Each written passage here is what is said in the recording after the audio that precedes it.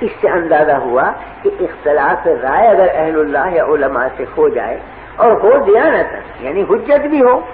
کوئی مذاقہ نہیں، لیکن بے ادبی یا تمسخر یا تضحیق یہ کسی حالت میں جائز نہیں، اس لیے کہ بہرحال وہ عالم دین ہے جس سے آپ اختلاف کر رہے ہیں، اس کا مقام اور منصب نیابت رسول کا ہے، وہ نائب رسول ہے، اس کی عظمت واجب ہوگی۔ آپ امام ابی حنیفہ کے فقہ پہ عمل کرتے ہیں، 50 مسئلوں میں خلاف کرتے ہیں امام شافعی، لیکن ادنا درجے میں بے ادبی ذرہ برابر امام شافعی رحمہ اللہ کے قلب میں نہیں آ سکتی مومن کے، اس لیے کہ جیسے امام ابی حنیفہ واجب التعظیم ویسے امام شافعی واجب التعظیم، دونوں آفتاب اور مہتاب ہیں دین کے، دونوں سے نور حاصل ہو رہا ہے، برکت حاصل ہو رہی ہے، تو کس طرح سے جائز ہے کہ ادنا درجے کی گستاخی؟ تو گستاخی کرنا جہالت کی علامت ہے، استہزاء کرنا جہالت کی علامت ہے۔ موسیٰ علیہ السلام نے جب نصیحت کی ہے قوم کو اور فرمایا کہ یہ فلاں مقتول زندہ ہو جائے گا اگر بچڑے کا ذبح کر کے اس سے ملا دو، تو بنی اسرائیل کہتے ہیں کہ اتتخذنا ہزوا، کیا آپ مذاق کر رہے ہیں، زندگی کر رہے ہیں ہماری ساتھ، کہاں بچڑا، کہاں اس کا ذبیحہ، کہاں مقتول کی لاش کو ملانے سے زندہ ہو جانا، کیا تعلق بچڑے کو اور زندگی سے؟ اتتخذنا ہزوا، کیا مذاق کرتے ہیں؟ فرمایا قال اعوذ باللہ ان اکون من الجاہلین، میں اللہ سے پناہ مانگتا ہوں کہ میں جاہلوں میں شمار ہوں، یعنی ذلگی اور تمسخر جاہل کی علامت، یہ جاہلوں کا کام ہے، علم کا والوں کا کام نہیں ہے کہ تمسخر کریں، اس لیے کہ وہ ادب کے خلاف ہے اور ادب پر دین کا مدار، تو تمسخر بے ادبی اور بے ادبی سے دین ضائع ہوتا۔ تو ایک ہے رائے کا اختلاف، ایک ہے کسی عالم سے مسلک کا اختلاف، لیکن ایک ہے اس کی بے ادبی، اختلاف جائز ہے، بے ادبی کسی حالت میں جائز نہیں۔ میں نے حضرت مولانا تھانوی رحمۃ اللہ علیہ کو دیکھا، مولانا احمد رضا خان صاحب مرحوم سے بڑا اختلاف ہے، بہت سی چیزوں میں اختلاف، کہیں قیام کے مسئلے میں، کہیں عرس کے، کہیں میلاد کے، لیکن جب مجلس میں ذکر آتا تو فرماتے مولانا احمد رضا خان صاحب مرحوم، یہ فرماتے۔ ایک دفعہ مجلس میں بیٹھنے والے ایک شخص نے کہیں بلا مولانا کے احمد رضا کہہ دیا، تو حضرت نے ڈانٹا اور خفا ہوئے، فرمایا عالم تو ہیں اگرچہ اختلاف ہے رائے کا، تم منصب کب کی بے احترامی کرتے ہو، کس طرح جائز؟ رائے کا اختلاف اور چیز ہے، ایک عالم کی عزت کرنا اور چیز،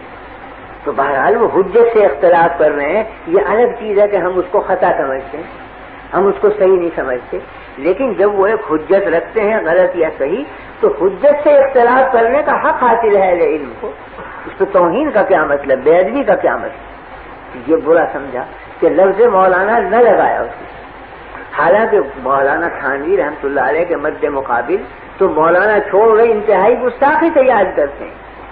مگر مولانا اہل علم میں سے تھے، وہ تو نام اگر علم کا آیا تو ادب ضروری سمجھتے، چاہے مخالف ہو، چاہے بالکل معاند بھی ہو، مگر ادب کا رشتہ ہاتھ سے نہیں چھوڑتے۔ میں نے سنا واقعہ حضرت مولانا محمد قاسم صاحب رحمۃ اللہ علیہ نانوتوی کا کہ دہلی میں قیام تھا، تو حضرت کے خدام میں تھے وہاں چند حضرات مقیم، ایک تو حضرت شیخ الہند مولانا محمود حسن صاحب موجود تھے، دوسرے شاگرد مولانا احمد حسن صاحب محدث امروہی وہ بھی وہاں موجود تھے، حاجی امیر شاہ خان صاحب مرحوم وہ بھی حضرت کے خدام میں تھے، وہ بھی موجود تھے۔ تو مولانا احمد حسن صاحب مرحوم نے اپنے ہمجولیوں میں بیٹھ کر یہ فرمایا کہ بھئی دلی میں لال کنویں کی مسجد کے جو امام ہیں ان کی قرات بہت اچھی ہے، تو چلو کل صبح کی نماز ان کے پیچھے پڑھیں گے، قرآن شریف بہت اچھا پڑھیں۔ تو شیخ الہند رحمۃ اللہ علیہ نے غصے میں فرمایا کہ تمہیں شرم نہیں آتی بغیرت، وہ ہمارے حضرت نانوتوی کی تکفیر کرتا ہے وہ امام، ہم اس کے پیچھے نماز پڑھیں گے، جب وہ حضرت مولانا کو کافر کہتا ہے ہم نہیں پڑھیں گے ایسے شخص کے پیچھے نماز، اور کوئی ذرا سخت لہجہ اختیار کیا۔ یہ جملے حضرت نانوتوی کے کان میں پڑے، تو اگلے دن حضرت نانوتوی رحمۃ اللہ علیہ ان سب شاگردوں کو لے کر اسی مسجد میں پہنچے صبح کی نماز پڑھنے کے لیے، اسی امام کے پیچھے جا کے نماز پڑھی۔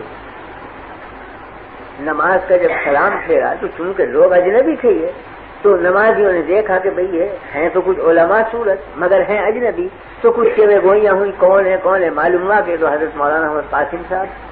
اور یہ ان کے شاگرد مولانا شیخ الہند محمود الحسن صاحب ہیں اور یہ مولانا احمد حسن محدث امروہی ان کے تلمیذ ہیں۔ اب امام کو سخت حیرت ہوئی کہ میں تو انہیں رات دن کافر کہتا ہوں اور یہ نماز پڑھیں آج۔ تو خود بڑھے وہ امام اور کہا کہ حضرت میں آپ کی تکفیر کرتا تھا اور میں آج شرمندہ ہوں کہ آپ میرے پیچھے نماز پڑھیں حالانکہ میں نے آپ کو کافر کہا۔ فرمایا مجھے قدر ہے آپ کے کافر کہنے اور میں آپ کی اور زیادہ عزت بڑھ گئی میری نگاہ میں کیونکہ آپ نے کافر کہا مجھے۔ کیوں؟ اس واسطے کہ آپ کو یہ روایت پہنچی کہ میں توہین کرتا ہوں رسول اللہ صلی اللہ علیہ وسلم کی، تو آپ کی غیرت ایمانی کا یہی تقاضا تھا کہ آپ مجھے کافر کہیں۔ ہاں البتہ شکایت اتنی ہے کہ وہ روایت غلط پہنچی، روایت کی تحقیق کر لینی چاہیے تھی کہ میں نے کی بھی ہے توہین یا نہیں، لیکن بہرحال تکفیر کی بنا ہے توہین رسول، اور توہین رسول جو مسلمان سنے گا تکفیر واجب ہے کرنا، کہ وہ کافر کہے وہ دائرہ اسلام سے خارج ہو گیا جو توہین کرے نبی کریم صلی اللہ علیہ وسلم کی۔ تو فرمایا میرے دل میں قدر ہے آپ کی قوت ایمانی کی کہ آپ نے مجھے کافر کہا، اس لیے کہ آپ کو یہ خبر پہنچی کہ میں توہین رسول کرتا ہوں۔ ہاں شکایت اتنی ہے کہ آپ تحقیق کر لیتے کہ یہ خبر صحیح ہے یا غلط، تو میں عرض کرنے یہ آیا ہوں کہ یہ خبر غلط ہے اور میں خود اس شخص کو دائرہ اسلام سے خارج سمجھتا ہوں جو ادنی درجے میں بھی توہین کرے نبی کریم صلی اللہ علیہ وسلم کی۔ اور اگر آپ کو یقین نہ آئے اور آپ سمجھتے ہیں میں کافر ہوں، میں اب آپ کے ہاتھ پر اسلام قبول کرتا ہوں، اشہد ان لا الہ الا اللہ و اشہد ان محمد رسول اللہ۔ وہ امام قدموں میں گرا، بچھا جاتا ہے بیچارہ۔ تو بات صرف یہی تھی کہ ان حضرات کے دلوں میں تواضع للہ اور ادب مع اللہ اس درجہ بڑھا ہوا تھا کہ نفسانیت کا جیسے شائع بنا رہا ہو اور حقیقت کو سمجھتے تھے۔ تو استہزاء یا تمسخر یا بے ادبی یہ تو بجائے خود ہے، بے قدری تک بھی نہیں کرتے تھے اپنے معاندوں کی، بلکہ صحیح محمل پر اتار کر یہ کہتے تھے کہ یہ جو ہمیں کافر کہتے ہیں یہ بھی ان کی قوت ایمانی کی دلیل۔ البتہ انہیں تحقیق کر لینی چاہیے کہ واقعی میں ہم توہین رسول کرتے ہیں یا نہیں، ہم معاذ اللہ دشمنان رسول ہیں یا دوستان رسول ہیں، اس کی تحقیق ان پر واجب تھی، بلا تحقیق کے حکم نہیں لگانا چاہیے۔ لیکن جو حکم لگایا وہ صحیح ہے کیونکہ توہین رسول کرنے والا کبھی اسلام میں باقی نہیں رہ سکتا۔ تو میرے عرض کرنے کا مطلب یہ تھا کہ تعدب اور ادب یہ بنیاد ہے دین کی، جس کو عارف رومی نے کہا ہے نا کہ الخدا خواہم توفیق ادب، بے ادب محروم مان فضل رب۔ ہم اللہ سے توفیق چاہتے ہیں ادب کی، کیونکہ بے ادب محروم ہوتا ہے فضل خداوندی سے۔ حق تعالی شان کے یہاں اس کا کوئی مقام نہیں ہے جو گستاخ اور بے ادب